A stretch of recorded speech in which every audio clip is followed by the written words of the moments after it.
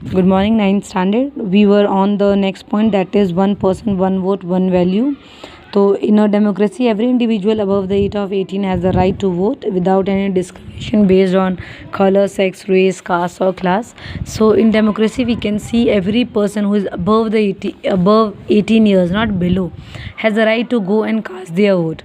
India में ऐसा नहीं देखा जाता कि भैया अगर ये काला है तो ये वोट देने नहीं जाएगा, और ये गर्ल है तो ये वोट देने नहीं जाएगी. It is not there in India. Everybody, no matter of which class he or she matters or which color he or she matters, one can go and cast their vote. Means if a person is casting one vote, it has its value. For example, I'm just giving you example of you people only. Examination में जिसके 32 marks आते हैं out of 100, आप आते हो ना teacher के पास कि मैम हमारे मार्क्स बढ़ा दो, 33 कर दो, हम पास हो जाएंगे. You say it or not. Why? Because 1 marks for you people matters a lot. 1 mark से आप पास हो जाते हो और 1 मार्क से अगर हम ना बढ़ाए तो आप फेल हो सकते हो. So for you people 1 marks matters. So in the same way, one vote values a lot to the government, because of one vote a party can win, and because of one vote a party can lose also. So each person can cast one vote. All votes are counted, and the person who gets maximum number of votes elected. Okay, जिसको भी ज़्यादा vote मिलते हैं, he or she is elected, and वो ही क्या कहते हैं, जो हमारी गवर्नमेंट बनती है उसमें पार्टिसिपेट करते हैं. If this point comes in examination for 3 marks, तो first you are going to explain कि what does one person, one vote and one value means, and after that you have to give an example of Saudi Arabia. In that, what happens, the women are not given the right to go and cast their vote. वहाँ पे सिर्फ male member ही जाते हैं, the women are not allowed. तो इसका मतलब क्या हुआ कि नाउ अगर हम काउंट करें कि वहाँ के जो, फॉर एग्जांपल, वहाँ की अगर हम मान लें जो जनता 50 है, ठीक है, 50 में से उसमें से 25 लेडीज़ हैं, तो 25 लेडीज़ का जो वोट है वो मैटर करता है कि नहीं करता एक पार्टी को जिताने के लिए. सो क्या होता है, ऐसी जगहों में औरतों को वोट नहीं देने दिया जाता है. तो हम कह सकते हैं सऊदी अरेबिया में it is not a democratic form of government, because the women have not the right to go and cast their votes. अगर 3 मार्क्स में पूछा जा रहा है question, then you have to explain the point and then you have to give the example. Okay, ऐसा नहीं कि 3 मार्क्स में पूछा जाए तो आपने सिर्फ एक एग्जाम्पल लेके समझा दिया. In that case I am just going to give you only 1 marks. Keep that thing in mind. How to frame an answer you people should know, because after that you are going in 10th standard. And one more thing I just want to say, very good, 9th standard you are working very well as compared to 10th standard. You are doing very well.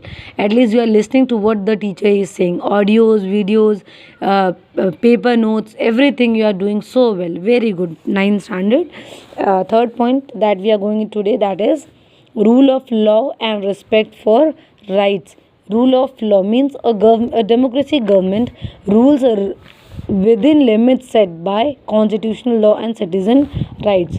ना हमारी democracy में जो constitution में लिखा गया है वो laws किसके लिए बनाए गए, हमारे लिए, so that we can follow. अगर हमको लग रहा है कि यस उस राइट में थोड़े चेंजेस करने चाहिए, then we can do that. वो जो इलेक्टेड रिप्रेजेंटेटिव्स है, they can do some amendments in the constitution. तो हमारा जो डेमोक्रेसी का गवर्नमेंट है वो फ्लेक्सिबल भी है, ठीक है. लॉज हमारे लिए बनाए जाते हैं, हमारी राइट्स की रिस्पेक्ट की जाती है.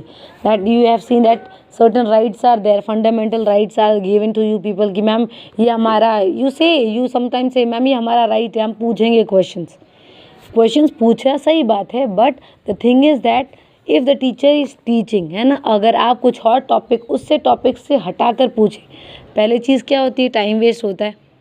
It's not that teacher does not want to answer it. The thing is that she just want to cover up the syllabus first, then she has to. ऐसा है, अगर आपको डाउट है तो you can come in the staff room and you can ask. But आपको क्या होता है, मैम हमारा ये अधिकार है, हम क्वेश्चन पूछेंगे. Some people do. I have seen. Okay, तो आप ऐसा करते हैं. It's good that government has given us right. But right किस लिए दिए गई है, ताकि हम अपने अधिकारों को उठा सके. Not in school. I think जब आप बड़े होंगे तो आपको ऐसी चीज़ें बहुत सारी मिलेगी जहाँ आपको तब लगेगा कि यस हमको अपनी आवाज़ वहाँ पे उठानी चाहिए, ठीक है. This point explains the example of Zimbabwe. Okay, in 1980 it was formed. Now they have formed a party that is So Zimbabwe got independence in 1980, and after that they have formed a party named as JANU-PF. Okay, so now the leader of that party was Robert Mugabe. Okay, now he said कि okay, he was the leader. अब जो leader होता है what he or she do कि भैया हमें जो करना हम वही करेंगे. तो that President Mugabe he said कि इलेक्शंस के वक्त ना I am just going to do unfair.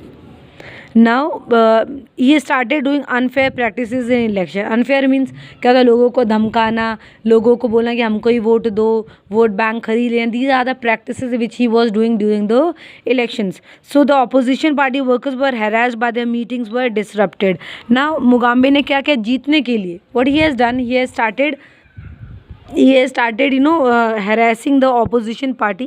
उनको जाके harass करना, डराना, उनकी पार्टी को डिस्टर्ब करना. जैसे कोई मीटिंग चल रही है आके डिस्टर्बेंसेस क्रिएट करना. These are the tactics which Mugabe has done so that he can win the elections. जितने भी रेडियोज़ थे, टीवी टेलीविजन थे, whatever they was there that was controlled by the government, उन सबको control कर लिया गया और बोला गया कि आप सिर्फ हमारी पार्टी की अच्छाइयाँ दिखाएं. ठीक है, और जो नहीं ऐसा नहीं कर रहा था उसको they were molesting, they were just harassing those things.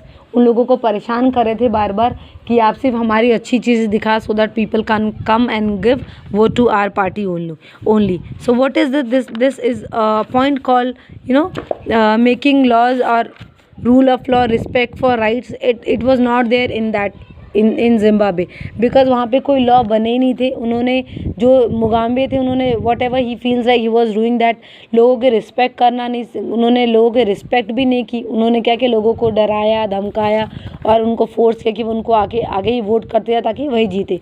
So that is was Zimbabwe की जो कॉन्स्टिट्यूशन है, जो जिम्बाब्वे को हम क्या कहते हैं, डेमोक्रेटिक कंट्री नहीं कहते because the people were force to do so. They were not happy to do so but they were force to do so. And the last point which we are going to discuss is major decisions are taken by the elected members. In a democracy, whatever the decisions are taken by, it is taken by the elected representatives only. Okay, आपने देखा होगा जो मोदी जी हमको बोल रहे हैं या फिर जो हमारी स्टेट गवर्नमेंट है जो हमको बोल रही है, we are following that. Pandemic में उन्होंने बोला that we have to be at our homes, we should be indoors. तो we have done that only. It's not कि दे हैव से कि बाहर निकलो नाचो गाओ, है ना. They have not, because he also know the कि लाइफ इज़ वेरी प्रेशियस. अगर उनके लोग सेफ़ रहेंगे तभी उनका जो सरकार है वो प्रॉपर तरीके से वर्क कर पाएगी. सो विद दैट सेफ्टी उन्होंने लोगों को बोला अंदर रहने के लिए. ठीक है, तो जब एक डेमोक्रेसी बनती है तो वहाँ पे सबसे पहले जो चीज़ है वो लोगों के बारे में सोचना होता है. लोगों के बारे में सोचना होता है, उनकी बेनिफिट्स की, उनको किस तरीके से हम उनको किस तरीके से हम हर एक चीज़ कर सकें, हर एक चीज़ में मतलब उन्हें किस तरीके से हेल्प कर सके. That is a major concern of the elected members. तो डेमोक्रेसी इसलिए उन लोगों ये चीज़ें को मिलाकर क्या बोलते हैं डेमोक्रेसी बनती है. अगर हम वही एक एग्जांपल ले पाकिस्तान का, तो हम ये बोल सकते हैं पाकिस्तान में डेमोक्रेसी नहीं है बिकॉज देखेंगे 1999 में परवेज़ मुशर्रफ जो वहाँ पे जनरल थे, ठीक है ना, उन्होंने अपने आप से बोला कि ना आई एम द प्रेसिडेंट. अपनी मर्ज़ी से उन्होंने 2002 में उन्होंने अपना जो डेजिग्नेशन दैट इज़ मिलिट्री में वो जनरल थे, तो उन्होंने अपना डेजिग्नेशन चेंज करके अपने आप को प्रेसिडेंट बोल दिया. एक form that was referendum is एक पेज होता है, एक गवर्नमेंट ऑफिशियल पेज जिसमें आप मतलब गवर्नमेंट को बता रहे होते कि yes now I will be the president of this country. ठीक है, जैसे कि फॉर एग्जांपल जब हम टीचर बने थे तो हम लोगों ने भी एक एग्रीमेंट साइन किया था कि okay we are the teacher of this school और we are not going to do this. तो आई थिंक जब भी आप कोई बड़ी पोस्ट करते हैं तो आपको एक एग्रीमेंट साइन करना पड़ता है, that is called as referendum. वो उन्होंने रेफरेंडम को साइन किया और उन्होंने बोला कि yes I am changing my designation, ना I will be no more general, I will be the president of Pakistan. Okay, and that referendum was extended till 5 years. फिर उन्होंने 2002 में जब वो प्रेसिडेंट बने तो उन्होंने क्या किया, एक लीगल फ्रेमवर्क निकाला जिसमें उन्होंने कॉन्स्टिट्यूशन में कुछ चेंजेस किए. क्योंकि अगर आप प्रेसिडेंट बनते हो तो आपके पास क्या होती है, गवर्नमेंट पावर्स आ जाती हैं. तो उन्होंने 2002 में जैसे ही वो प्रेसिडेंट बने तो उन्होंने क्या किया, कॉन्स्टिट्यूशन में कुछ चेंजेस किए.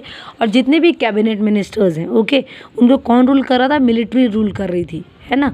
उनको जो पार्टी जो सेलेक्ट हुए हैं, पार्लियामेंट मेंबर्स हो गए, MLAs MP और जितने भी लोग हैं, दे वर नॉट रूलिंग इट. उनको कौन रूल कर रहा था, मिलिट्री रूल कर रही थी. मिलिट्री बोल रही थी कि आपको ये करना है, you have to follow that.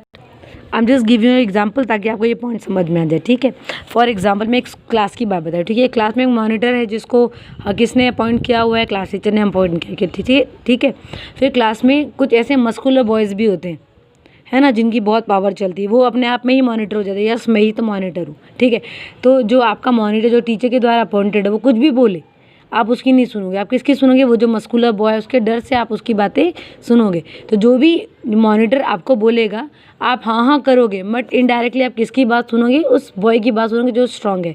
तो उसी तरीके से बहुत सारे मिनिस्टर्स थे बट लोग उनकी नहीं सुनते थे। उनको कौन गाइड करता था, उनको मिलिट्री ऑफिशियल्स गाइड करते थे, उनको मिलिट्री वाले बताते थे, जितने भी कैबिनेट मिनिस्टर्स थे, दैट आपको ये करना है, आपको वो करना है। बोला जाता है कि हाँ भैया कैबिनेट मिनिस्टर्स हैं, बट वो बोलने के थे क्योंकि उनको रूल कौन कर रहा था, मिलिट्री ऑफिशियल्स कर रहे थे, वो अपना खुद कुछ नहीं कर रहे थे। That is why the point says that major decisions are elected by the members, but there the decision was taken by the military officials. That is why we can't say that Pakistan में एक democracy है। That is why we say that India में एक democracy है, क्योंकि जिनको हम चुनते सिर्फ वही रूल करते हैं, वही अपने आदेश नॉर्मल लोगों को देते हैं, कोई और नहीं देता। So these are the 4 points with examples I have explained you. Hope so you all got it. So please go through each and every point from notes and from book, because इस पूरी जुलाई हम सिर्फ यही revise करेंगे ताकि examination में आपको कैसे भी क्वेश्चन ट्विस्ट करके आए। Everybody, not the good, everybody, I just want, if I'm taking your class, the weak also should able to write, at least write. So please in these holidays make up a mind to write your own words. अपने शब्दों में लिखने की कोशिश करें।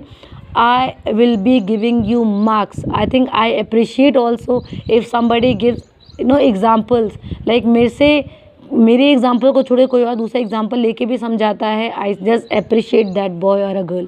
सो please try to make your own answers, because in 10th standard don't think कि book का ही आएगा, बुक का ही हमको लिखना है ना। तो कोशिश करें खुद बुक से पढ़ने की, खुद क्वेश्चन निकालने की और मुझसे डाउट पूछने की, ठीक है। Okay, 9th standard. So the merits and demerits we are going to revise it tomorrow. So this is all about the features of democracy. Thank you, class.